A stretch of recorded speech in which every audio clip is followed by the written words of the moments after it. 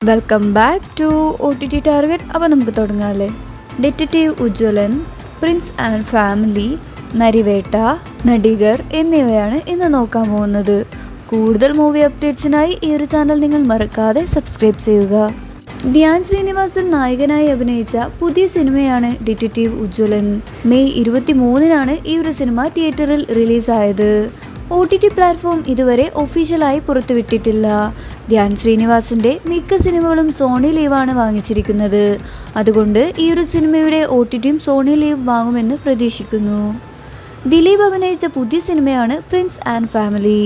കുടുംബ ബന്ധങ്ങളുടെ സുന്ദരമായ കഥയാണ് ഈ ഒരു സിനിമയിലുടനീളം പറയുന്നുള്ളത്. ഇതിൽ ധ്യാൻ ശ്രീനിവാസനും അഭിനയിച്ചിട്ടുണ്ട്. ഈ ഒരു സിനിമ സംവിധാനം ചെയ്തിരിക്കുന്നത് ബിന്ദു സ്റ്റീഫൻ ആണ്. ഈ ഒരു സിനിമയുടെ OTT പ്ലാറ്റ്ഫോം C5 ആണ്. ജൂൺ 20-ന് ഈ ഒരു സിനിമയുടെ OTT റിലീസ് ഉണ്ടാവുന്നതാണ്.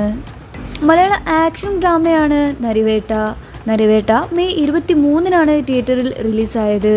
മുത്തങ്ങ സംഭവത്തെ ആസ്പദമാക്കിയാണ് ഈ ഒരു സിനിമ മുന്നോട്ട് പോകുന്നുള്ളത്.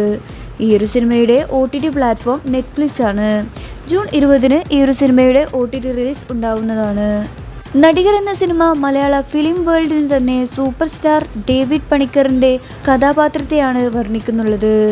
ഈ ഒരു സിനിമ സംവിധാനം ചെയ്തിരിക്കുന്നത് ഡേവിഡ് പാടിക്കാരാണ്. ഈ ഒരു സിനിമയുടെ ബോക്സ് ഓഫീസ് അത്ര വലിയ വിജയമല്ല ഉണ്ടായിരുന്നത്.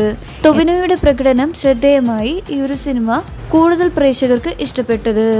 സ്മാർട്ട് കോമഡി ഡ്രാമയാണ് ഈ ഒരു സിനിമ. ഈ ഒരു സിനിമയുടെ OTT പ്ലാറ്റ്ഫോം നെറ്റ്ഫ്ലിക്സ് ആണ്. ജൂൺ അവസാനം ഈ ഒരു സിനിമയുടെ OTT റിലീസ് ഉണ്ടാവുന്നതാണ്.